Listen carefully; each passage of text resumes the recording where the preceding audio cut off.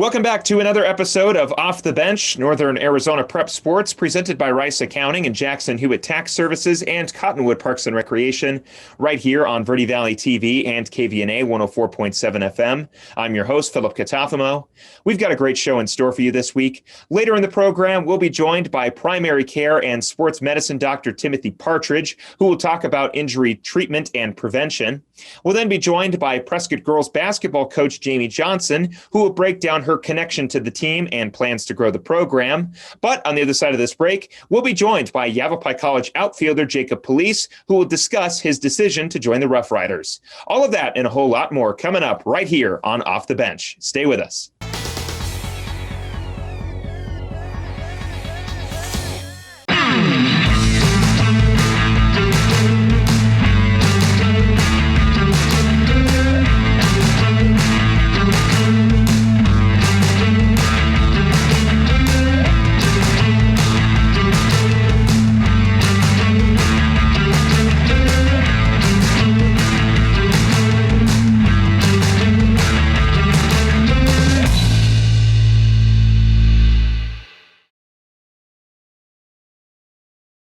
Two things we can count on every year: a new set of tax rules and great weather here in Northern Arizona. Jackson Hewitt Tax Service, locally owned and operated by Lewis Rice since 1997, is here for you all year long. Your neighborhood Jackson Hewitt Tax Office will help you in all of your taxing situations. Electronic filing is always free with your tax preparation at Jackson Hewitt Tax Service. Get more in return. Call 1-800-234-1040 for an office near you.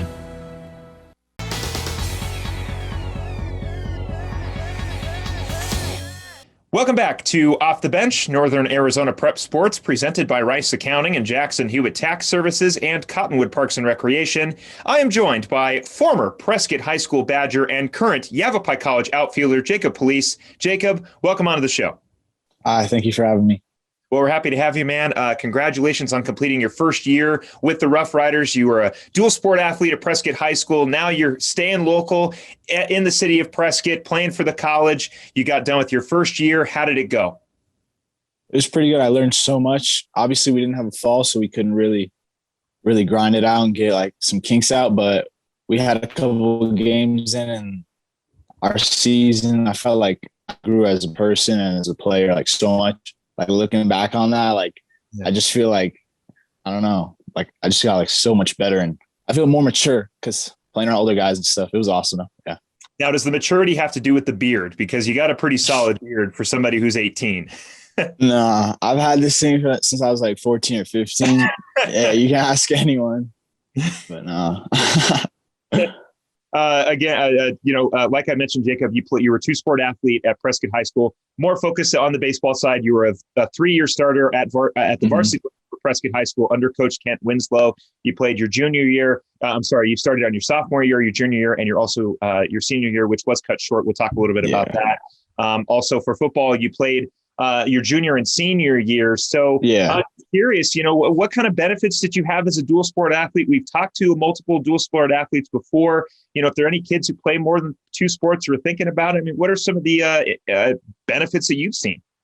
I think you should definitely play two sports if you want to, especially in high school. There's like no reason why not to. Like when I was playing, I didn't play football the first 2 years, and I feel like that was a bad decision.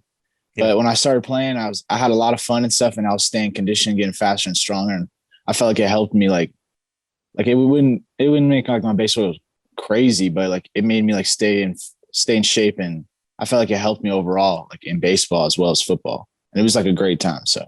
Now, I mean, like I mentioned, you played football your junior and senior year. I mean, why the late transition into football? I mean, was that a late decision for you? Were there some guys on the baseball team saying, hey, man, you got to come out for the football team and play? Was it something you had wanted to do? Were you just on the JV team at that time?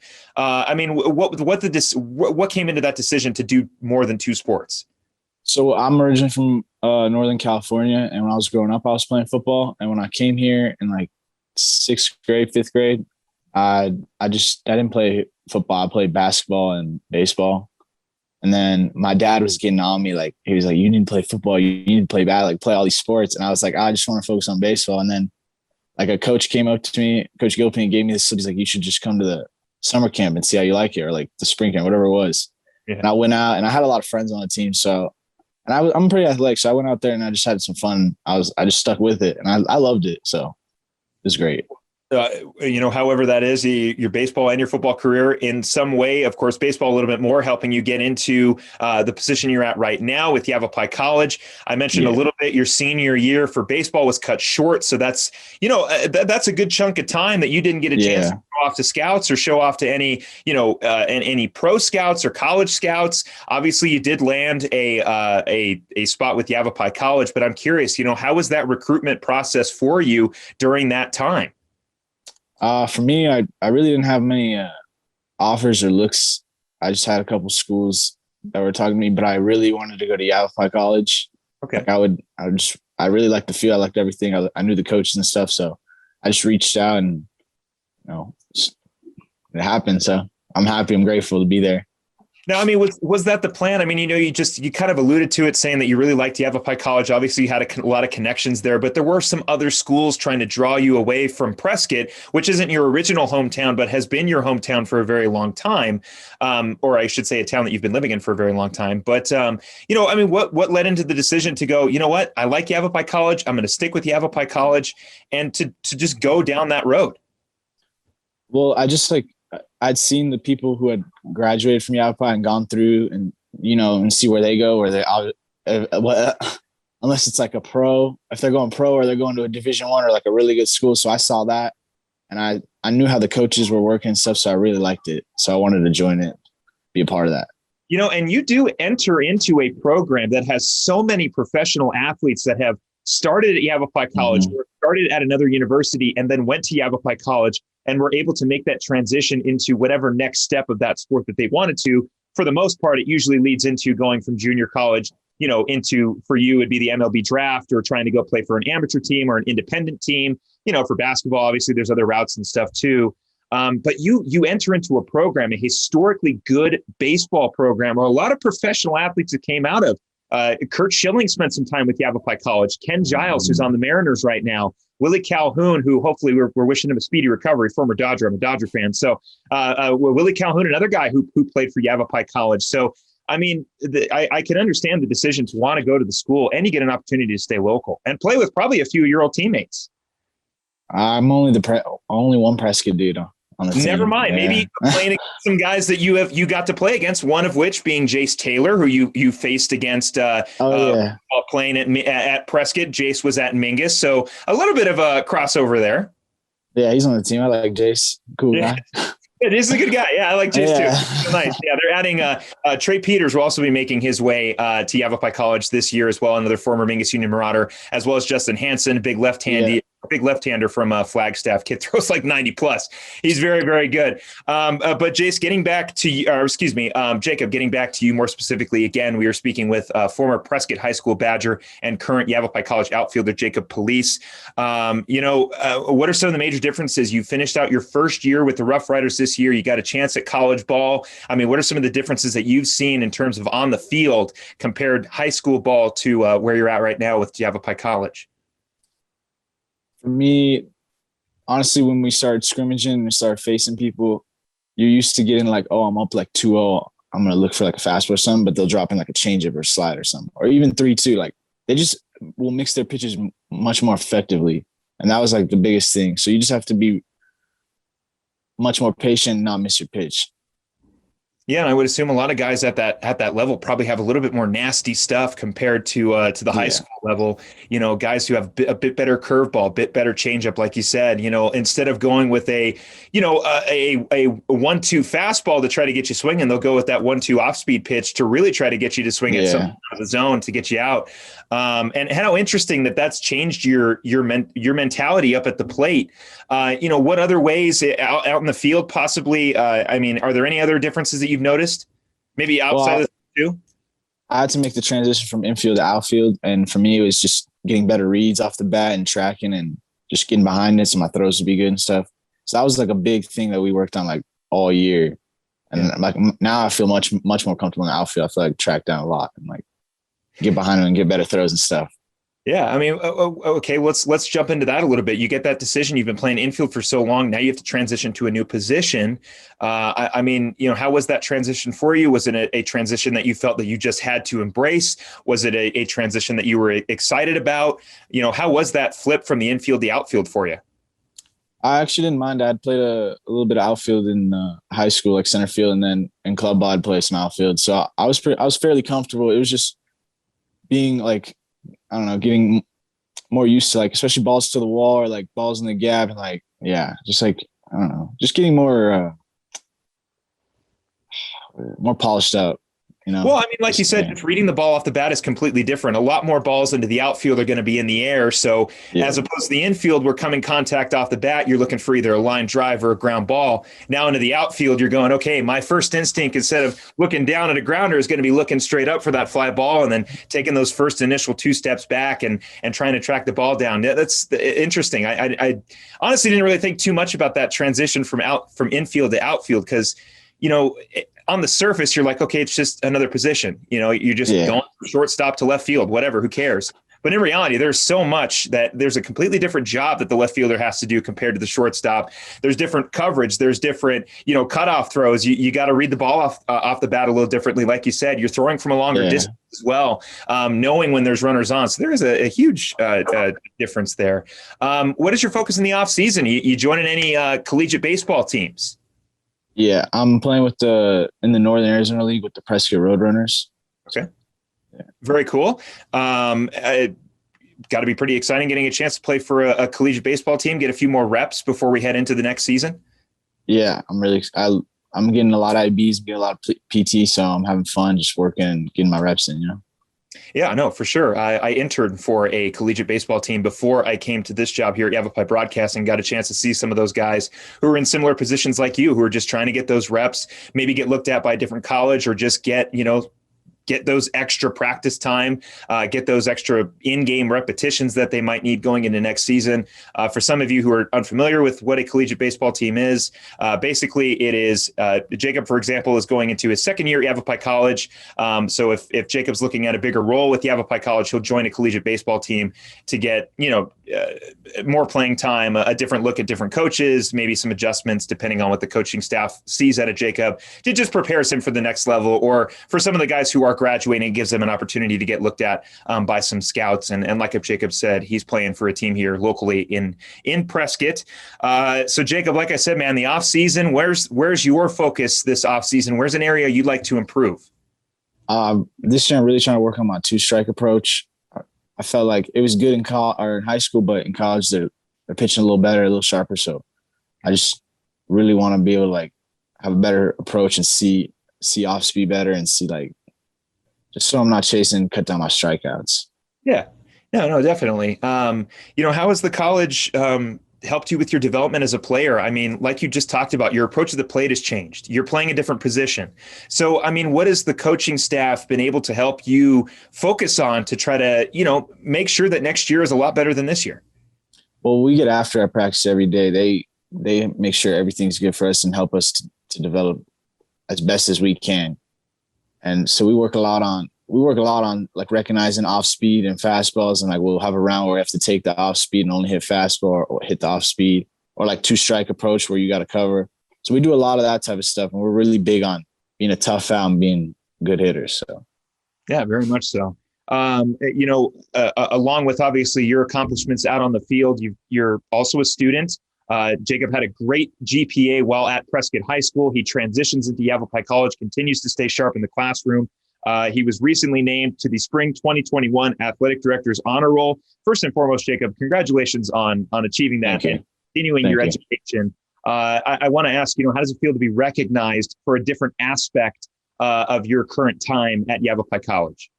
I honestly didn't know I won that, or I was a part of that. I just knew I got some good grades this year. I just wanted to pass and do the best I could, stay on the team, Yeah, I totally agree. And you did a great job staying on the honor roll, carrying over a 3.0 GPA, something that you did at Prescott High School, like I mentioned. I mean, how important is it to you to not only stay sharp on the field, but stay sharp in the classroom? It's really important for me. My parents have always made us have, like, all my brothers and I, we always have to have A's and B's, and ever since we were younger. So we've always known we have to work hard in the classroom It's kind of just second nature for us now. So I'm curious, you take that opportunity with Yavapai College, and I'm from Southern California, so it's funny you mentioned you're from Northern California. And the stigma around my community college was, and I want to make this very clear, this is just more my example. This has nothing to do with any other junior colleges. But the stigma in my hometown, and I want to make it very clear, there's a stigma in my hometown, was that going to the junior college was a bad thing. It was seen as like, you can't make it out there. You're going to stay in this area forever.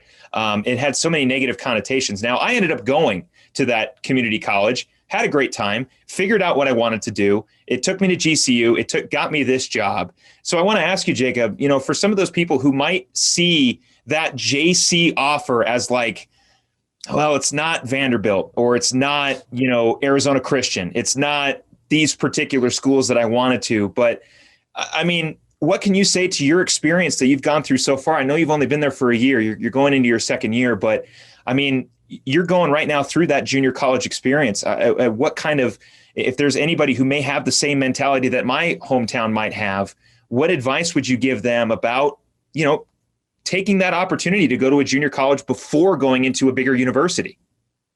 Well, if you really believe in yourself and you believe that you're that type of player that you can go on and go to a Division I or become a professional player, then because this game's it's gonna tear you apart and make you like wanna, make you think you suck, and you're just gonna hate it sometimes. But if you really love it and you really think you're good, you believe in yourself every day, I think if you go with a good mindset, you work hard and really try to get it done, you'll see some good things. I don't think it's a bad route. I think sometimes you have to do what you have to do, and it's not always pretty. It's not always the best, it's not always the first option, but it's not a bad option. I'm having a great time. And I couldn't agree more. I mean, like I said, I also took the junior college route before I went to university, and it gave me an opportunity to focus on what I wanted to do for my degree program, which was sports management. Jacob, I want to ask you that. What is your degree focus? What is your plans at Yavapai College right now? I'm doing my undergrad for business right now. Nice. Yeah. Oh, well, I mean, what kind of career field do you want to go into when you're done achieving whatever you want to achieve at Yavapai? I really like how the stocks worth, or like companies and stuff. So Dogecoin, man. Something like that. I'm not too sure yet, but I don't know. I'm interested in that. All right. From Prescott Badger to current Yavapai College Rough Rider, Jacob Police, thank you very much for coming on the show to talk about your experience at Prescott High School, along with your experience currently with Yavapai College. Check out Yavapai College and the Rough Riders when baseball season rolls around, or just during the sports season in general. We got a chance to talk with the athletic director, Brad Clifford, last week, if you didn't check out that interview. But they've got some great students there, one of which is Jacob Police. And Jacob, thank you very much, man, and I wish you nothing but the best of luck. Thank you so much for having me. If I could say one last thing, pop out to the Prescott Roadrunners game. There's an Instagram, there's a Twitter. It's under Prescott Northern Arizona League. Just check it out, see our schedule, come out, come support us. Thank you for having me on the show. Appreciate it. Thank you. We're going to take a quick break. When we come back, we'll be joined by Orthopedic and Spine Institute non-surgical sports medicine doctor and Northern Arizona University head team physician Timothy Partridge on the other side of this break. Off the bench, we'll be right back.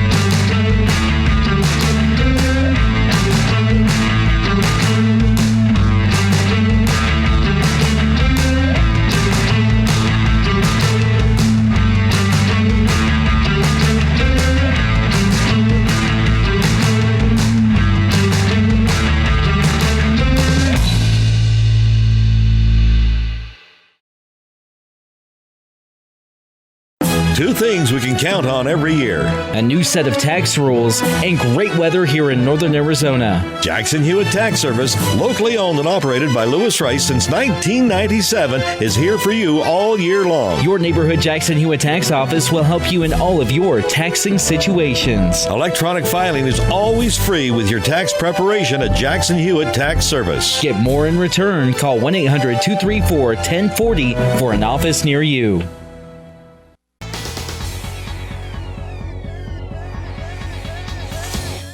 Welcome back to Off the Bench, Northern Arizona Prep Sports, presented by Rice Accounting and Jackson Hewitt Tax Services and Cottonwood Parks and Recreation. I'm joined now by Orthopedic and Spine Institute non-surgical sports medicine doctor and Northern Arizona University head team physician, Dr. Timothy Partridge. Dr. Partridge, thank you very much for coming on the show. Yeah, thanks a lot. Happy to be here.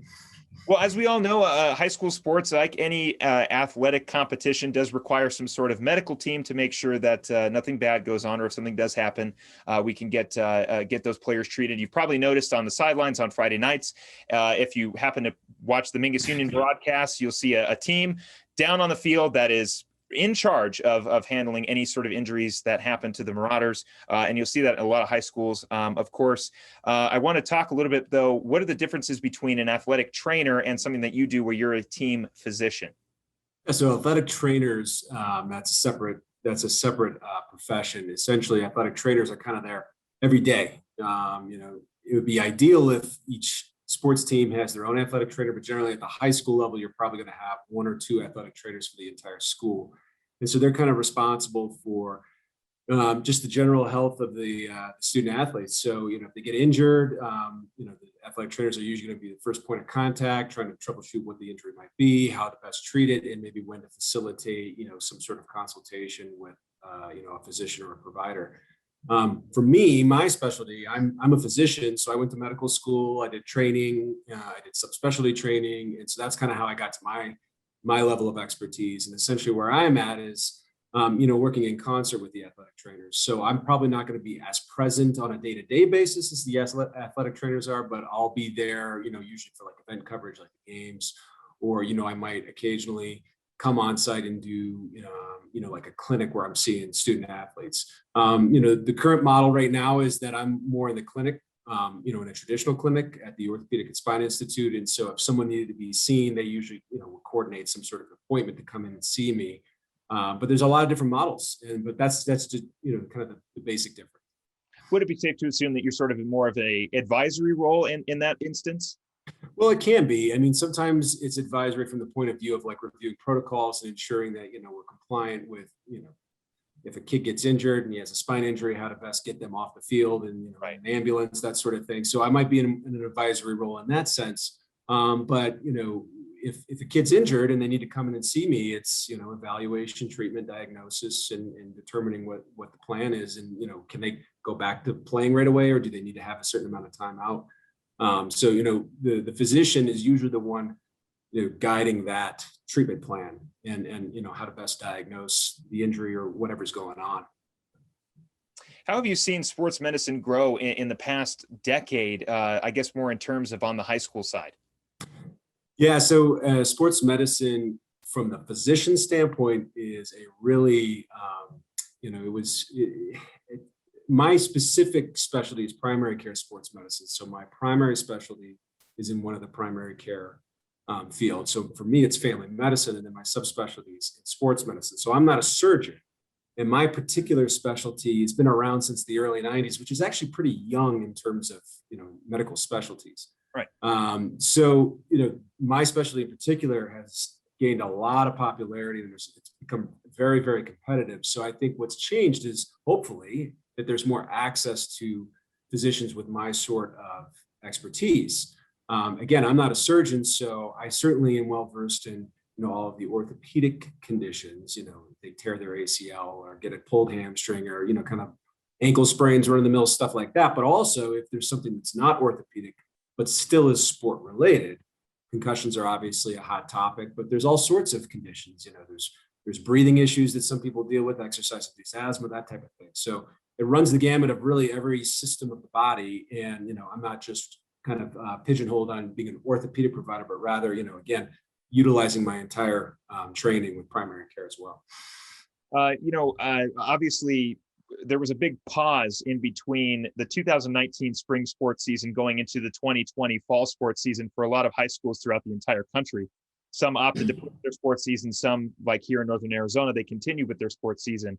I don't know what the number is in terms of amount of injuries that we saw during that year, if it's up, if it's down. But I'm curious, as we're now seeing a lot of injuries at the professional level and at, the NBA, obviously there's a lot of injuries going on with, during the playoffs, you had a couple key guys who didn't make it. And throughout the MLB season, we're seeing a lot of guys get hurt. So going into, again, sticking with the high school level here, going into next season, what can these athletes do now to prepare themselves for that workload that they weren't used to last year because there was no off season? Yeah. So, I mean, I think you're already kind of going down the right path there. And I don't know how to make the correlation necessarily between pro sports and high school sports. There are probably some similarities in terms of higher risk or predisposition to injury.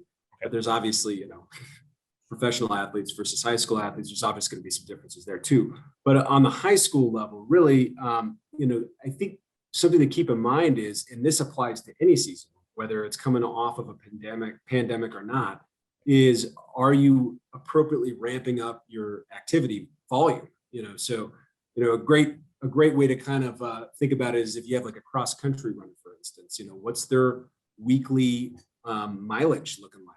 And generally when I ask, especially when kids come in with stress related injuries like stress fractures, and I'm kind of talking through, hey, all right, preseason, what were you looking like as far as your weekly mileage? And then once season officially kicked into gear, how did that jump? And usually there's a pretty significant change. And so anytime there's a big difference, in your overall volume of activity, that's a inflection point where the injury risk goes up. And now obviously we can see how that might apply to the pandemic where, maybe kids weren't as active, or they weren't engaging in the organized type of sports where they're having team practices and that sort of thing. And now, everyone's eager to get back into things. And, there's this jump in activity or volume of activity. And so I think anytime there's that jump in volume of activity, you're going to have an increased risk of injury. Now you can mitigate that risk by trying to blunt that curve, so to speak. So, anticipating the start of your season and then, scaling your activity appropriately. So going back to the cross country example, like talking with your coach and say, hey, what's that first week going to look like? Or what do you recommend as far as my off season training look like? So, coaches, strength and conditioning specialists, sometimes the athletic trainers can help with that as well. So those individuals are kind of like, on site a little more. The team physician or, sports medicine physicians can definitely provide guidance, but for me, for instance, I'm not going to necessarily be there on a day-to-day basis to help kind of guide. So yeah, I think gradually scaling up that activity level is the best way to probably reduce injury risk, and that's going to be very specific to whatever sport that might be. So for cross country, it's going to look a lot different than football is. Gotcha. Now at the college level, obviously, I mentioned you are also the Northern Arizona University head team physician. So you get a lot of kids who come in from the high school level and go into college. Have you noticed that these kids are, have they come in with pre-existing conditions? Have they come in with injuries that have lingered for a little while? What are you seeing when these kids are coming in? I mean, it runs the gamut. I mean, there's a handful of kids that, I'll look at their injury history. I'm like, really? You played football, hockey, and lacrosse, and you've never been injured? So, sometimes, you got to probe a little bit deeper, but other times, they're going to have injuries and they might be specific to their sport. For a lot of these kids, they might have specialized this, I want to be clear. You don't have to specialize from an early age to achieve, collegiate athlete status or even pro athletes. As an aside, pro athletes actually have been shown to specialize later in life, and generally speaking, in terms of, team sports and that sort of thing. So to summarize, you don't have to specialize from like age 10 to be able to become a collegiate athlete in whatever your sport's going to be. You're actually, better off spreading out your, activity among a few different sports. And actually that'll reduce your risk of injury because you're just doing different things and you're taking breaks. You're doing the same thing over and over and over year round. You're increasing your risk of injury. So yes, there has been some associations if you're doing the same thing year round, that you have a higher risk of certain types of injuries. And so I might see, sport specific injuries for those individuals are hyper focused and hyper specialized. Okay.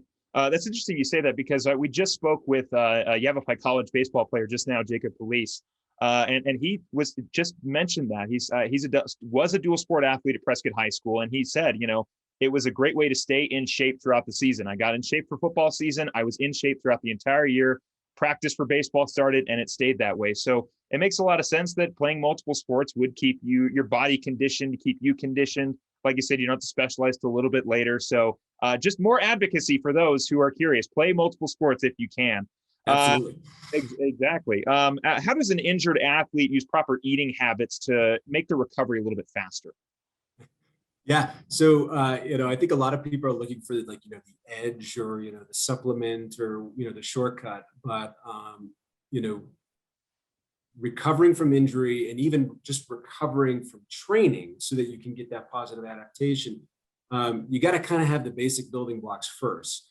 Okay. Nutrition is an important thing. Sleep is an important thing. Stress reduction, and, you can only do, sometimes you can only do so well in certain things, but, if you're not making sure you're getting at least 8 hours of sleep as an active high school or collegiate athlete, that's the easiest performance enhancing whatever that you can have, is make sure you're getting the proper amount of sleep. Now, when it comes to, diet or food intake, I think there's a couple of basic principles it's a good place to start. I think, kids who are really active generally are pretty hungry and they're probably going to consume a lot of calories. What we got to make sure they're getting enough protein as well. Protein is really important for recovery. So I think it's easier to get other types of macronutrients like fats and carbohydrates, but it's a little harder to just, stumble into protein unless you're, trying to be a little more deliberate about it. So just being a little more deliberate about making sure you're getting protein, getting at least 20 grams. If you consume more than 30 grams in one sitting, you're probably not getting a whole lot more added benefit. So just try to get 20 grams of protein for each meal and then mix in some snacks to have proteins. And then on top of that, plant-based foods as well. So fruits, vegetables, beans, legumes, that type of thing. That's where we're going to get all, your phytonutrients, your micronutrients. So if I'm trying to create a good diet, I'm usually saying, can I get some protein and can I get some produce or fruits, vegetables, that type of thing. And that's a good starting point. So if you're trying to mix that into every diet, every meal, you're off to a good start. And I think that's the best way to ensure that you're, recovering, again, both from training, but also from injury or, and also instilling good eating habits that's going to carry into adulthood as well, which is obviously important. Again, you're speaking with Orthopedic and Spine Institute non-surgical sports medicine doctor and Northern Arizona University head team physician, Dr. Timothy Partridge. What about reoccurring injuries? There are obviously a lot of players who, had a shoulder problem playing baseball in high school. It's gotten treated, and now they're coming back and they're playing their first year. They throw a pitch, and there goes the shoulder again. How do you, as a physician, counsel those players with those pre-existing conditions, reoccurring injuries?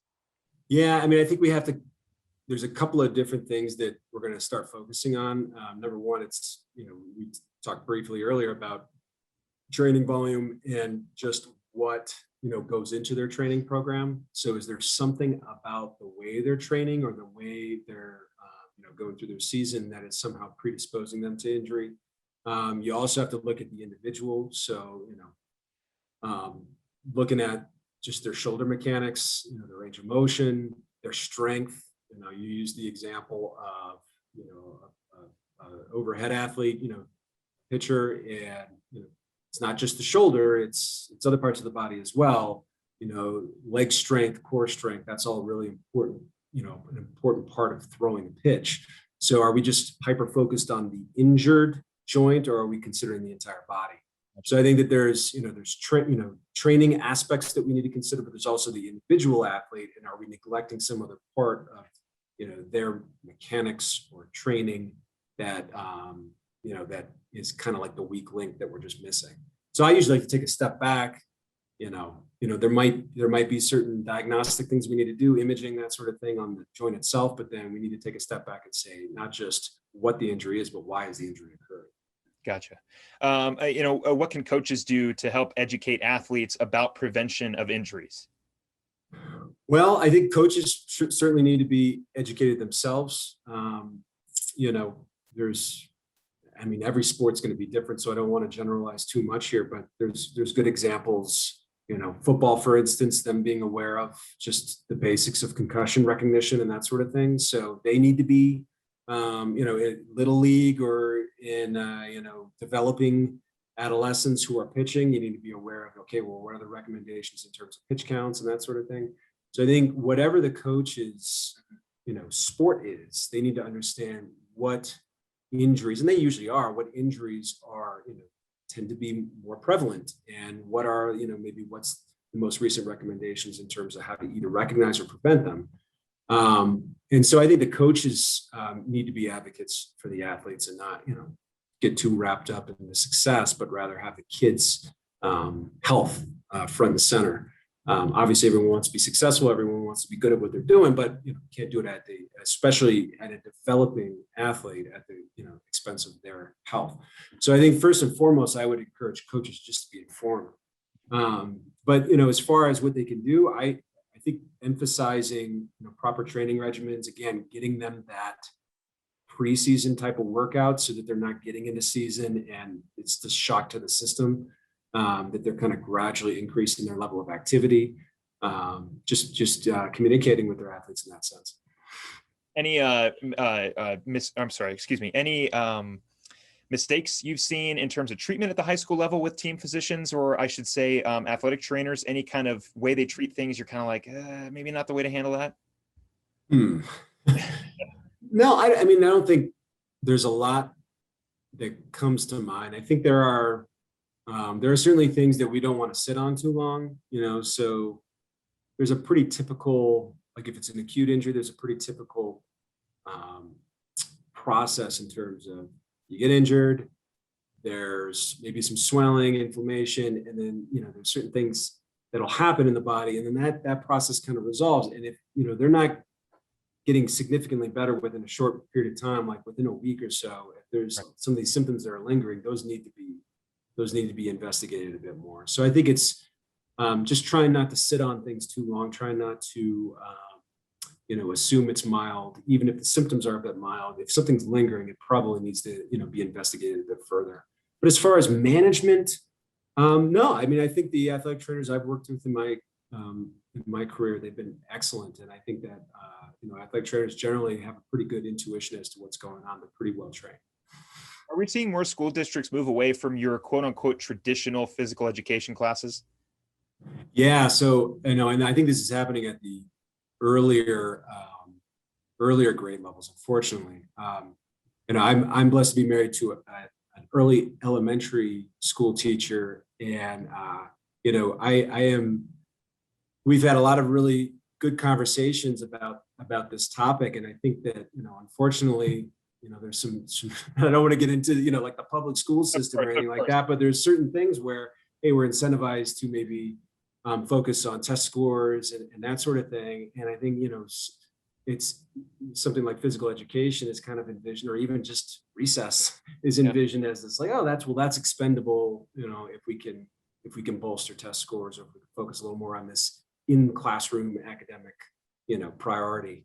And what that does is that really takes away that kind of, freedom of play, gross motor skills, that I think, unfortunately doesn't start kids off on the right foot. So I think even just from an early age, we're moving away from really important stuff.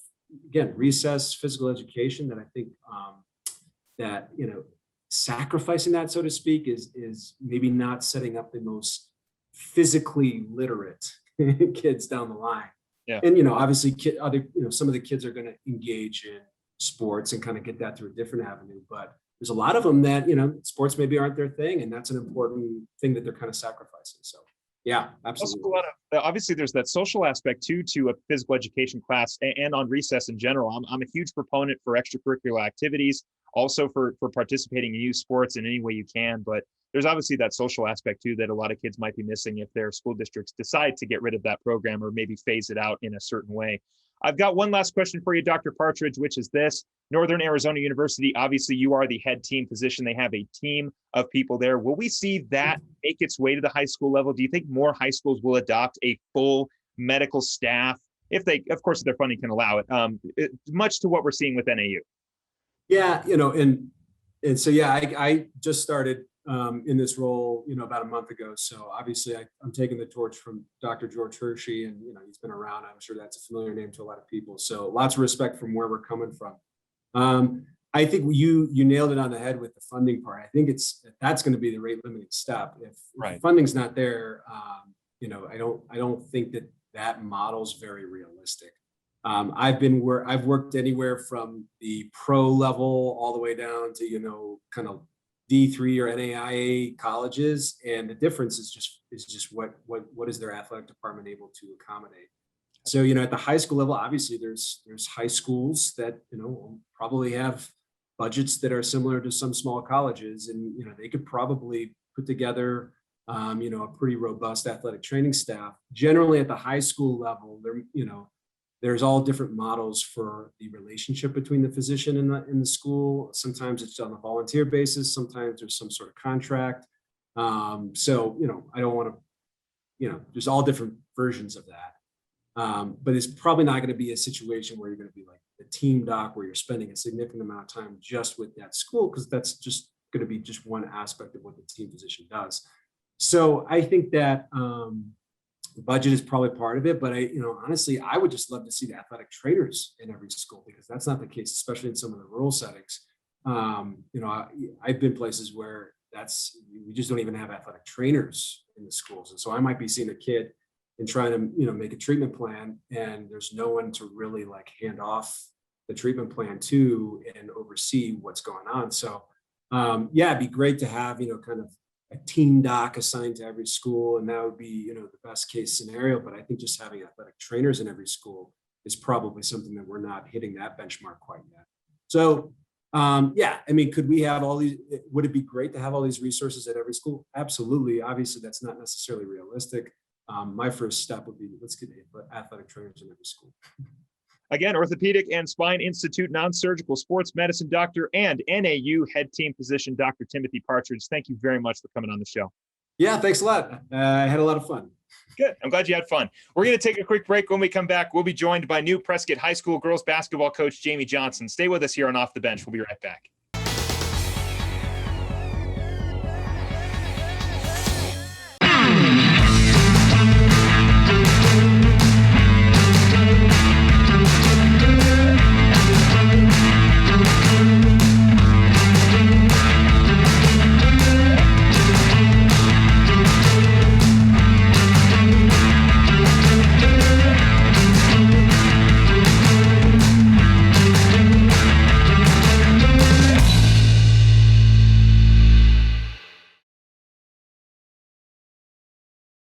Two things we can count on every year: a new set of tax rules and great weather here in northern Arizona. Jackson Hewitt Tax Service, locally owned and operated by Lewis Rice since 1997, is here for you all year long. Your neighborhood Jackson Hewitt Tax Office will help you in all of your taxing situations. Electronic filing is always free with your tax preparation at Jackson Hewitt Tax Service. Get more in return. Call 1-800-234-1040 for an office near you.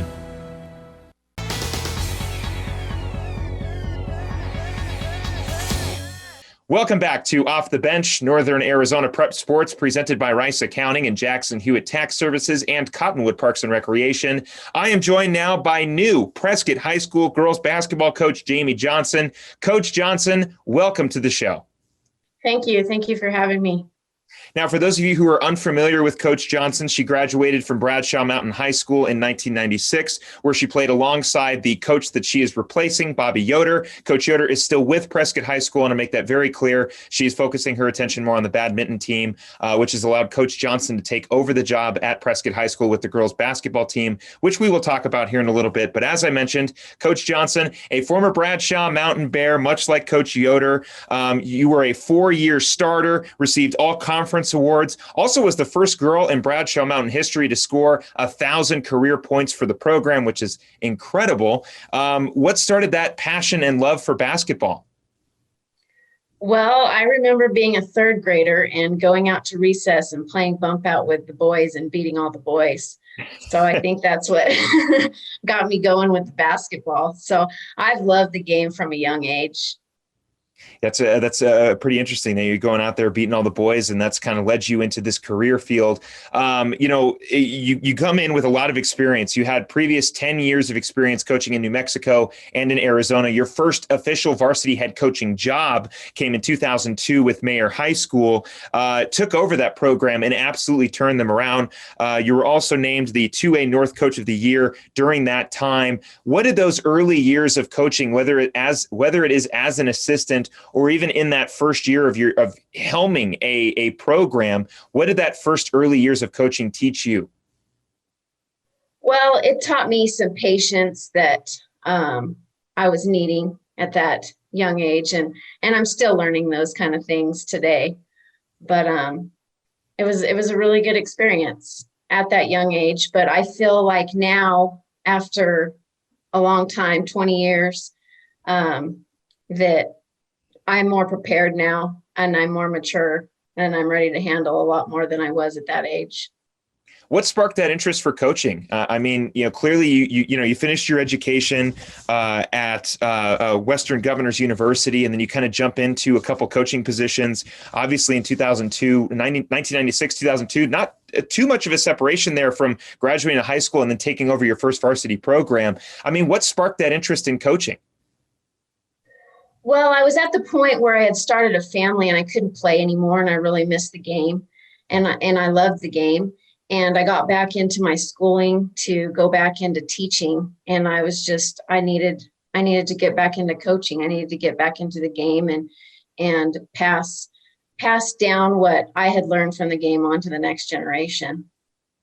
Any program or any coach that you look to and go, that is the gold standard of a program. This is how I want to run my team. Are there any kind of examples that you look to for inspiration? Growing up, I enjoyed watching the success of Yavapai College under Kevin Becker, and he was really an influence on me. In fact, when I graduated from Bradshaw, I was looking to play at Yavapai, but he moved and took another coaching job in California, and so that's why I sort of went out to California to sort of follow him. So he was a great mentor, a great coach, a great influence on, the youth, and I really looked up to him. What would be your coaching philosophy? Well, I'm trying to start a program here that raises good generation of good character, and that has strong fundamentals in basketball. This summer, I was able to start one of my visions as having the youth camp. So I had a youth camp this summer from third grade to incoming freshmen, and I ended up having 43 girls show up to that camp. And then I think it was a great experience for my high school players to be mentors for those young women. But I want to get these girls excited to play high school basketball. And so that's really near and dear to my heart. And so I was really happy with the success that we had this summer with that. And I hope that that's, something that goes on from year to year. Yeah, I mean, a lot of benefits to the youth camp. So we talked to a few coaches around the 4A Grand Canyon region and coaches outside of the region as well, who have held youth camps for this off season and have gotten a chance to kind of see that next generation of players that they might be, taking in within a few years. Like you just mentioned, third grade to ninth grade, obviously you're going to be getting a lot of those incoming freshmen just because, they're incoming freshmen. But, those years after that 6 years in between, that's the future of your program. I mean, that's you getting an idea as to where the talent lies within the area of Prescott when it comes to girls basketball. Right. And I'm hoping to create a connection there with those young girls and our middle school players. And because right now we lack the fundamentals to make us successful. And so if we can create that at a young age, then we'll be right where we need to be when they get up to the high school level. So then that focus for you then with those youth camps, and we'll talk a little bit more about the offseason preparation for the Prescott Badgers coming up for this season as well, a little later in the interview. But, these youth camps, Coach, like you mentioned, those fundamentals, do you find that focusing early on those fundamentals helps players grow a little bit easier as opposed to if you're focusing on other areas first?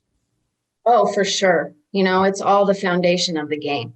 If you don't have your fundamentals, then it's hard to get anywhere, It's hard to get that step above everybody else if you're not strong fundamentally. As I mentioned at the beginning of the show, again, if you're just joining us, we are speaking with new Prescott High School girls basketball coach Jami Johnson. Coach Johnson is taking over for Coach Yoder this season. Again, Coach Yoder is still with Prescott High School, just taking on a different role. Coach Johnson, I mentioned at the top of the interview, you and Coach Yoder played basketball alongside each other at Bradshaw Mountain High School. She graduated a year after you graduated the year before. So I'm curious, what is that relationship with Coach Yoder? Has she passed off any advice? She's she's still obviously involved with the high school. What is your guys' relationship currently? We have a good relationship, and I think Bobby, she's taken on the role of administrative secretary this year, and there's a lot of work to that, and she's really enjoying that. And she has her badminton program, and they've been very successful. And I think, she spent a lot of years with the program, and I think she was getting to the point where she was ready to pass it down. She was just waiting for the right person. And I feel that she found that confidence in myself. And so I have her full support, and we have a good relationship. So that's important. Now, you recently moved back to the Prescott area to take over the program. Like we mentioned, a bit of a mixed success for this program so far, but I'm curious, what are your plans to continue its growth? Well, like I said, it starts at a young age. It starts at our middle school girls. And I've already taken a few of those 8th graders along with us this summer, and they've been playing with our JV team. And so that's where you've got to start, down there and getting them involved and getting them excited to want to, play with us and getting them fundamentally sound. So that's been the first step. And like I said, having the youth camp, getting to know those young girls, and that's all the start of it. Yeah. Like you mentioned, kind of continuing to grow the youth level with the youth camps and continuing to see that growth of the program. What attracted you back to the job? Did you always have a plan to move back to the Prescott area at one point? As it just so happens that the opportunity came up and you were already in the area? I mean, what kind of attracted you to Prescott High School? Well, I've always had a lot of respect for Prescott High School. The character and the goals and guidelines that they have set for their student athletes. And I've always, had a lot of respect for it. We moved back in the area because I wanted to be back close to family. My husband's job, we found the opportunity for him to move back here with his job. And so, knowing Coach Yoder, I sort of reached out and said, hey, I wanted to get back into coaching. Is there an opportunity for me to help you out a little bit? And that's sort of how that came about. Yeah, how interesting. And then now here we are getting prepared for the upcoming season. I know girls basketball doesn't kick off till the winter, but the preparation is still in place for Prescott High School girls basketball coach Jami Johnson as she takes over her first year with the program.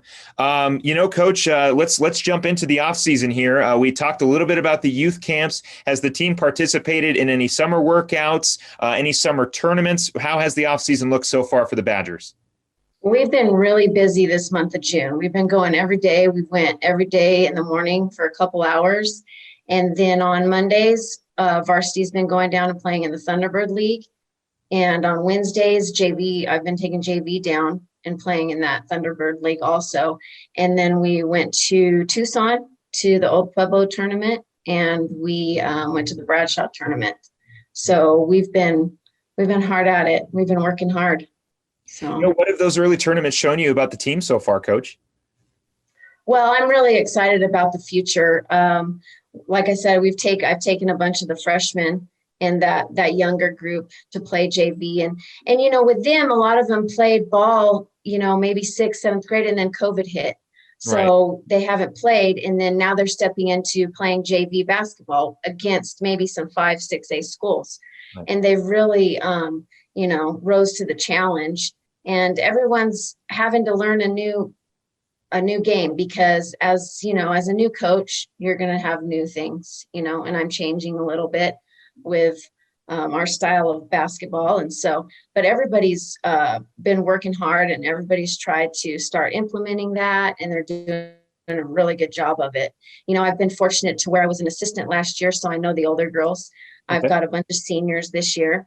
And so I'm glad that I have the opportunity to know them individually and know them as players. So I know where to, help them out to where they're going to be successful on and off the court. How's the turnout been? I mean, are you seeing more freshmen come out? We talked about the specific camps for 3rd graders through 9th graders. So obviously, you've seen some growth there. What about just in regular practices? Are you seeing a lot of returners come back? What's sort of the roster of players that have been showing up for these summer tournaments and workouts? Yeah, we've had a great turnout. I've had great numbers. I've had about, 25 to 30 girls at practice every day. And so numbers are good. Numbers are good. And I hope that continues to grow. I don't know, what that'll look like during the season. We just have to reevaluate that when the season comes. I don't want to stretch us too thin, and I want to build some success there. So I'm not sure yet if we will have a freshman, sophomore, JV and varsity team or just a JV and varsity team. Well, like I said, we'll have to reevaluate that. But right now the numbers are great.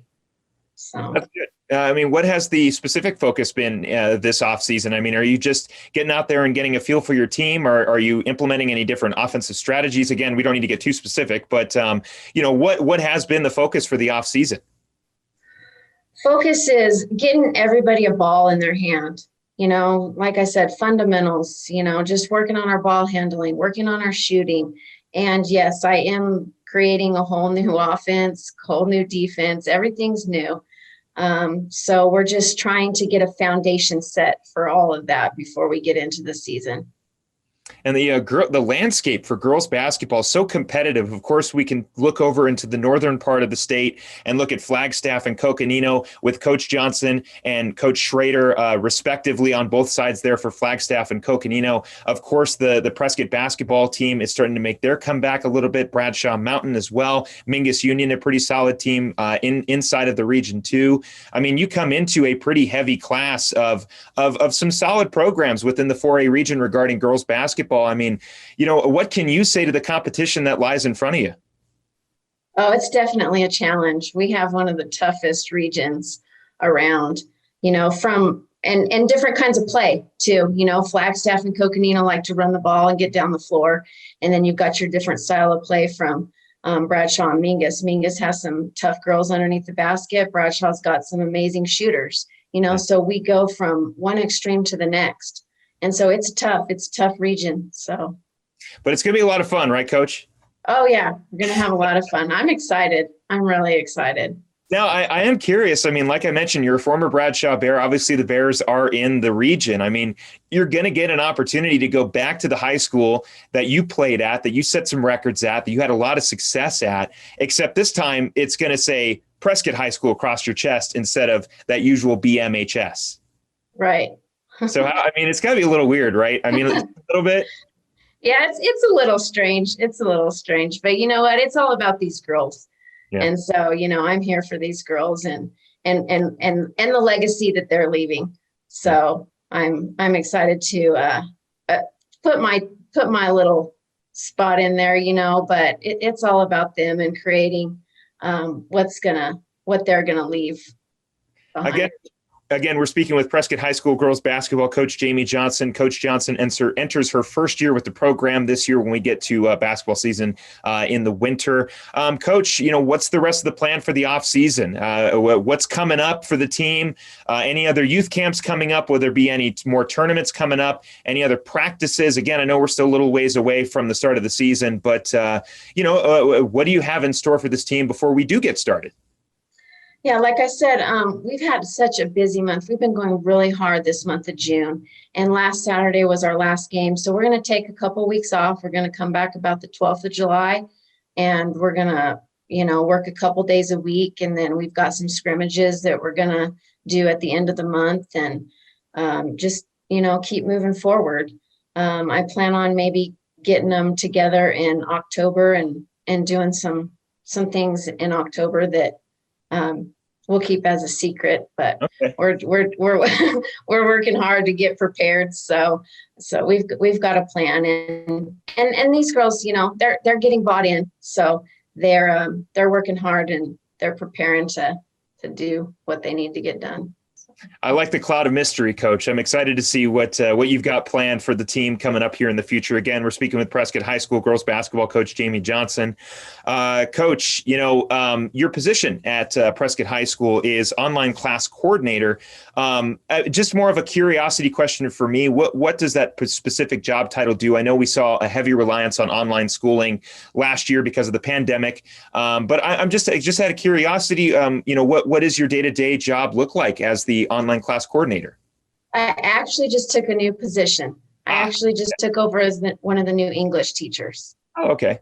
So Yeah, so I'll be in the classroom, which is exciting. I get to spend more time around the girls and the students, the student athletes, and that's what it's all about. There's a big relation to the two. And if you love to coach, you're going to love to teach. There's a big relation there, and I'm excited to be a part of the classroom also.